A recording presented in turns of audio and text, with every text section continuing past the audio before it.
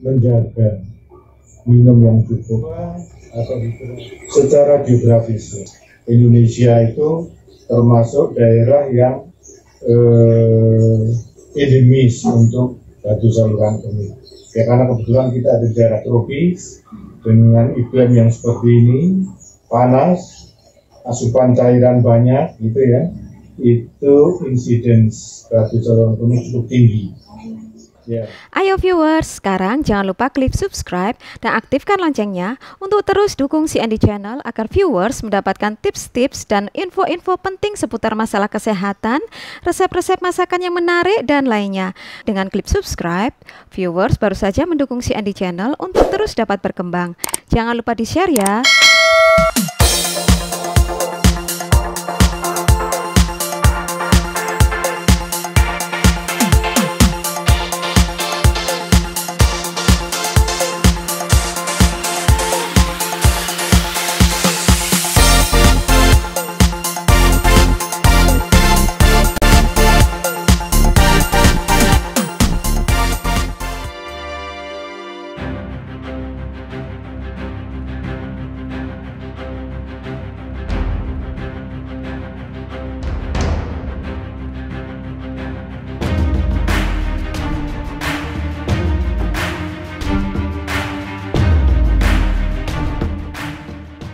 Terima kasih Dr. Sakti sudah berkenan mempersilakan saya untuk berbincang-bincang seputar masalah kesehatan ini. Namun sebelum kita berbincang-bincang lebih jauh, kita pakai masker dulu ya Dok ya. Oke, pasti.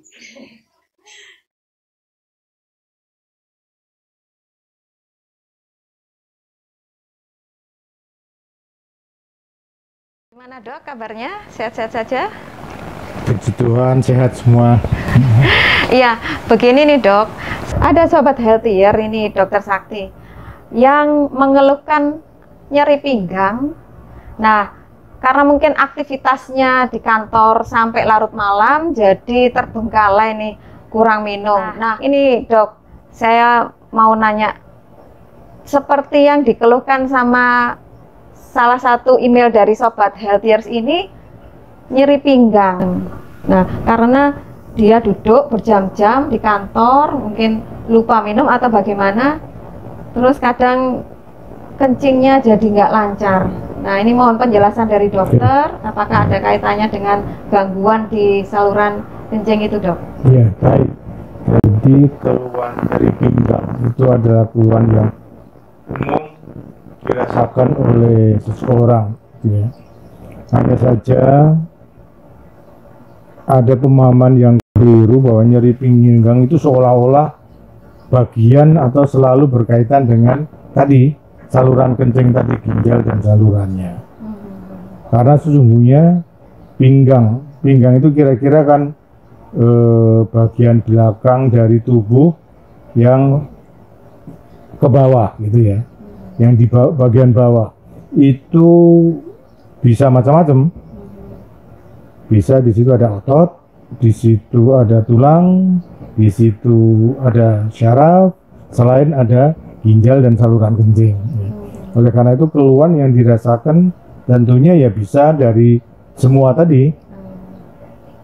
Oleh karena itu ada beberapa tips yang bisa dipakai untuk apakah keluhan ini terkait dengan ginjal dan saluran kencing atau tadi tulang, otot, saraf dan sebagainya.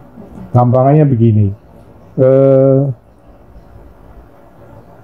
di mana nyeri itu dirasakan? Biasanya yang pinggang yang terkait dengan ginjal dan saluran kencing itu nyerinya di daerah samping dari pinggang. Sementara kalau nyeri karena tulang belakang ataupun syaraf itu lebih di tengah, dan sering juga ada di bagian bawah dari pinggang itu. Sering-sering nyerinya itu kalau ini disebabkan karena syaraf itu menjalar ke kaki, bagian belakang paha, bagian belakang bahkan sampai ke betis. Jadi kalau yang seperti itu pasti bukan karena keluhan ginjal dan saluran kencing. Ini dok, ada lagi email juga dari Sobat Healthiers yang mengeluhkan keluarnya batu dari saluran kencing. Nah ini dok, mungkin kita di sini perlu pencerahan lebih lanjut mengenai apa sih itu sebetulnya batu yang ada di saluran kencing itu dok. Ya.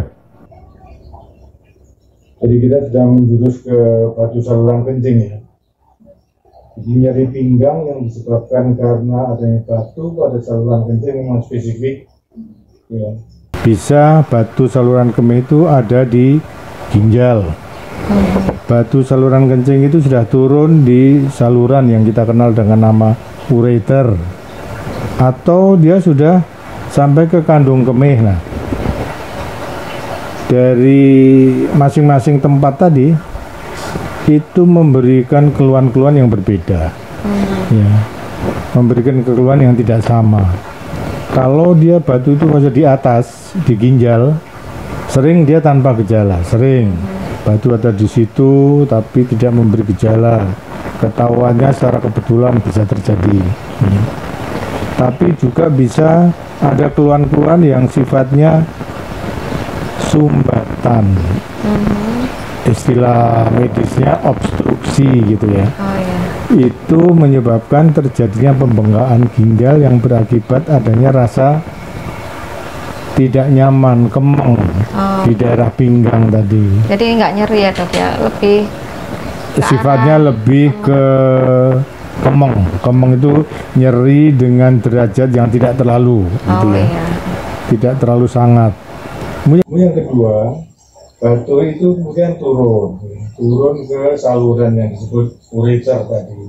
Nah, di sini timbul masalah karena ureter itu sempit, kecil, maka pasti menyebabkan sumbatan.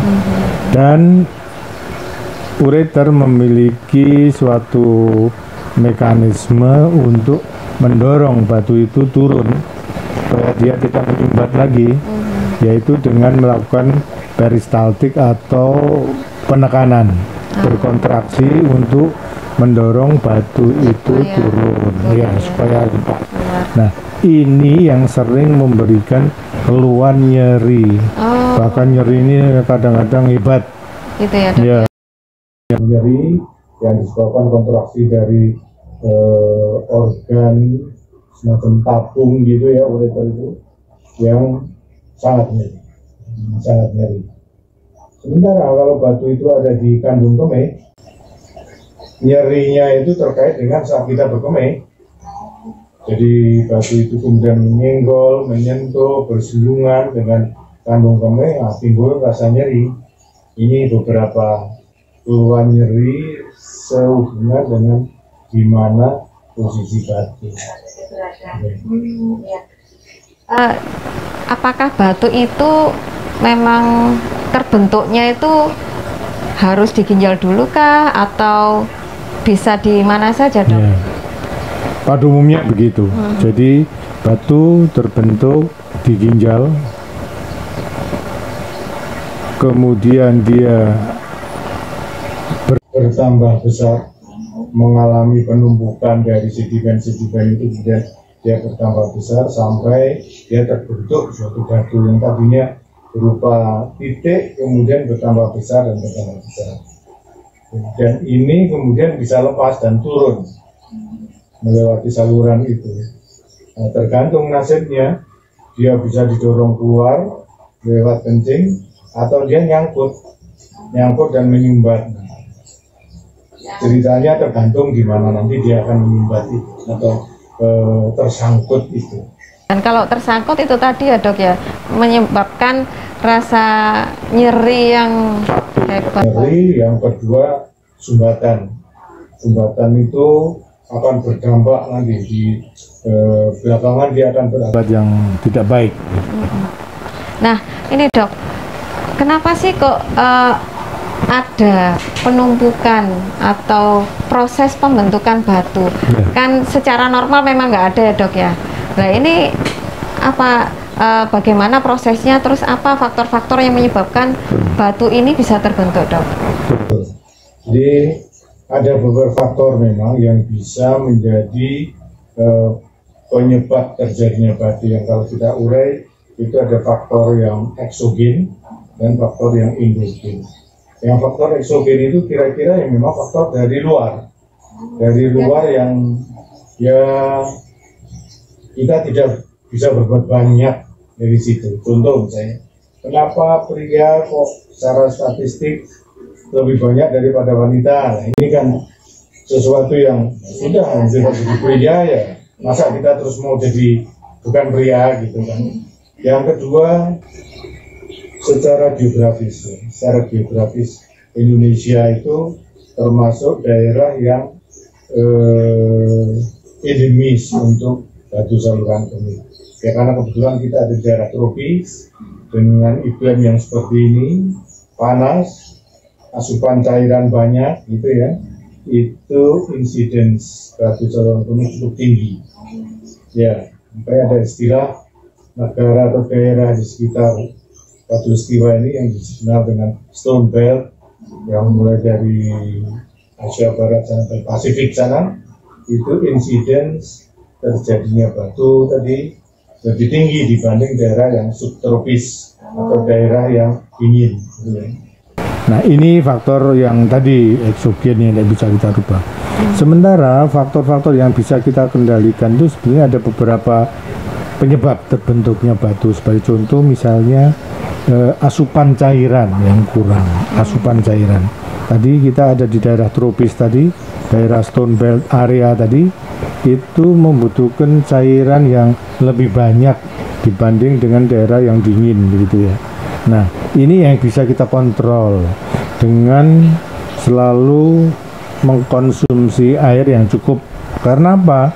Ya, karena kita sedikit melihat fungsi dari ginjal, bahwa dia itu mempunyai tugas untuk membuang bahan-bahan sampah yang tidak diperlukan.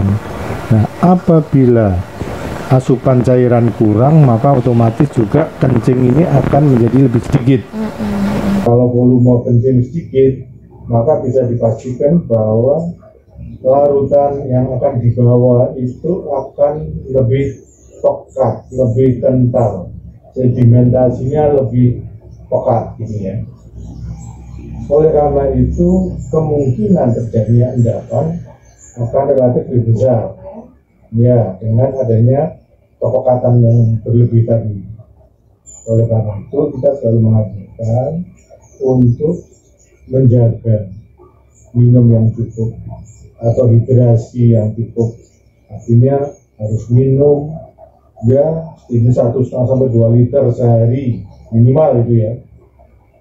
Apabila dia ada aktivitas di luar yang berkeringat, membutuhkan cairan yang banyak, ditambah gitu ya.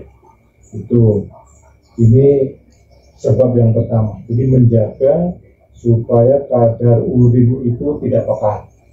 Kemudian yang kedua, faktor penyebab lainnya itu adalah adanya benda-benda asing dalam saluran kencing yang menjadi inti pembatuan.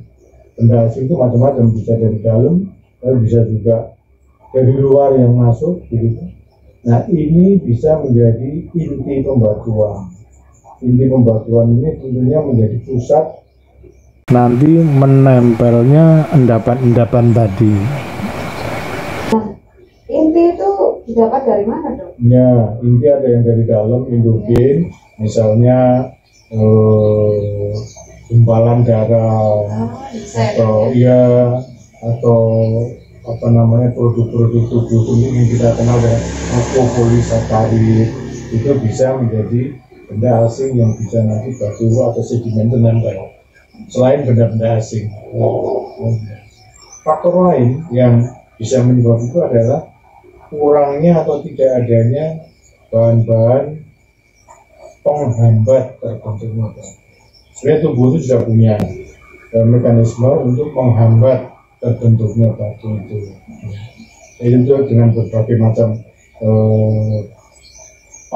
asam-asam yang ada di dalam tubuh itu bertujuan untuk menghambat terbentuknya batu. Tapi kebetulan dia mungkin kurang, tidak mencukupi, sehingga menimbulkan terjadinya batu.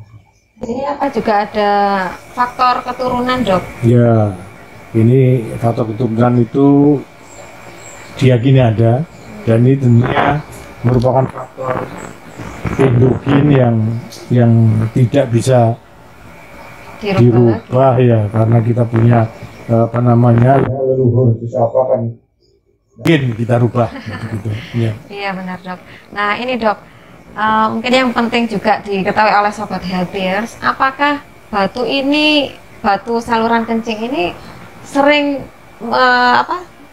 dialami oleh orang-orang tua atau bagaimana, Dok, dari segi usianya? Ya, kalau statistik itu hampir di segenap usia itu bisa terjadi. Bahkan di anak-anak pun ada waktu pada saluran kencing. Iya, bisa.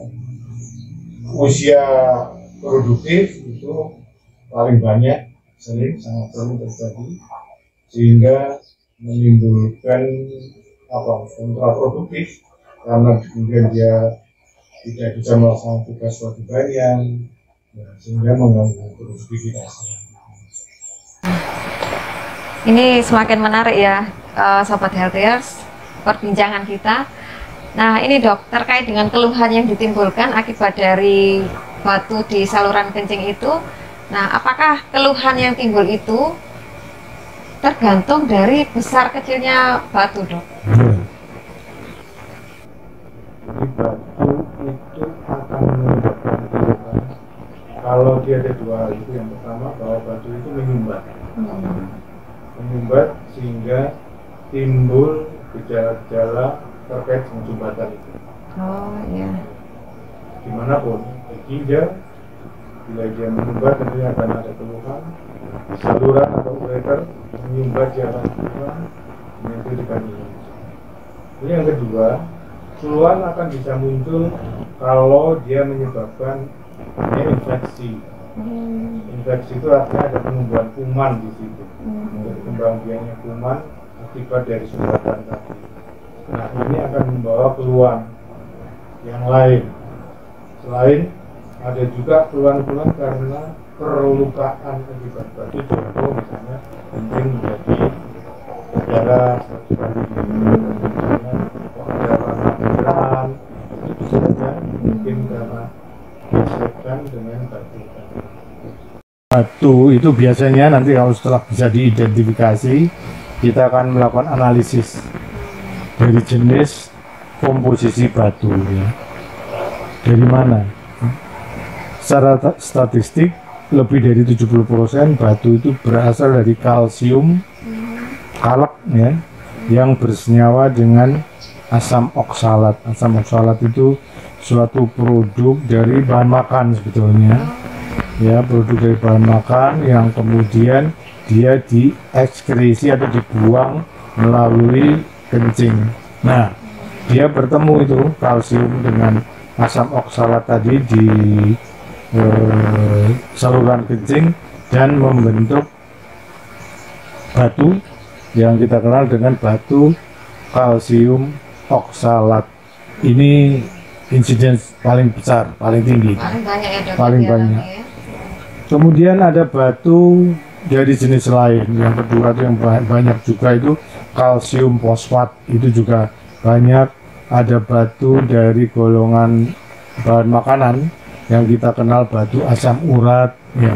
Ini komponen-komponen pembentuk batu ya.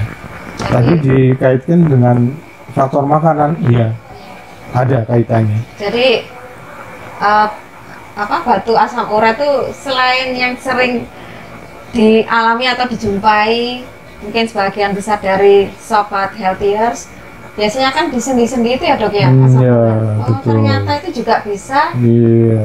Jadi betul. Jadi asam urat itu bisa dia ada di dalam darah, kemudian dia mampir di tadi sendi-sendi menyebabkan bengkak, nyeri dan sebagainya. Tapi dia bisa juga dibuang di kencing. Ya, asam uratnya itu ada ikut di dalam kencing sehingga berlebihan. membentuk batu asam urat tadi. Selain dari makanan, Dok, apakah ada penyakit-penyakit yang bisa memperberat atau memperburuk terbentuknya batu ini, Dok? Misalkan ada yang punya sakit diabetes, kencing manis ya, atau darah tinggi, atau mungkin penyakit-penyakit yang lainnya, Dok, yang bisa memicu terbentuknya batu saluran kencing, Dok? Ya, ada beberapa penyakit yang mengakibatkan adanya kalsium dalam darah yang tinggi, hiperkalsemia. Ada penyakit-penyakit tertentu, tapi tidak perlu kita bahas di sini. Tetapi yang perlu kita ketahui itu adalah bagaimana menurunkan tadi kadar dari asam oksalat, kadar dari kalsium, kadar dari asam urat, sehingga risiko untuk terbentuknya batu tadi bisa diminimalisir, yaitu terkait dengan habituasi makan. Kemudian ada juga habituasi aktivitas. Habituasi aktivitas itu ya ini statistik juga yang mengatakan bahwa orang yang kurang beraktivitas fisik itu cenderung untuk bisa mempermudah terbentuknya batu. Contoh misalnya kebiasaan duduk di belakang meja yang berlama-lama. Nah, sekarang kayaknya trennya begitu ya, orang di balik meja ngadepi laptop dari pagi sampai pagi gitu, kurang gerak, kurang aktivitas yang sifatnya outdoor di lapangan gitu. Ini juga memicu lifestyle seperti ini ya, kurang bagus. Apalagi di masa pandemi seperti ini ya, Dok ya. Lebih banyak betul. berada di rumah. Iya, itu dia. Iya. Tadi dokter lebih banyak membahas keluhan yang disebabkan oleh batu saluran kencing seperti nyeri pinggang seperti itu. Nah, ada nggak sih, Dok, keluhan-keluhan yang lainnya yang disebabkan oleh batu saluran kencing ini, Dok? Selain nyeri pinggang, mungkin apa, Dok? Ya, tadi bisa berakibat terjadinya infeksi. Otomatis kalau kencing itu tidak bisa disalurkan, dibuang dengan semestinya, dia akan tertampung di dalam tubuh dan ini menjadi berisiko untuk terjadinya infeksi. Oleh karena itu, akibat lanjut daripada sumbatan akibat batu ini adalah terjadinya infeksi. Itu satu. Yang kedua, sumbatan yang terus menerus, istilahnya kronis ya, tidak sehari dua hari tapi bisa sebulan bahkan lebih, itu maka akan menyebabkan terjadinya kerusakan fungsi ginjal. Jadi ginjal yang tadi berfungsi untuk membuang kotoran, membuang air dan sebagainya terganggu fungsinya. Ya tentunya risikonya tadi kotoran, racun dan sebagainya itu tidak bisa terbuang, numpuk di dalam tubuh. Ini yang sering disebut dengan gagal ginjal karena dia gagal dalam berfungsi.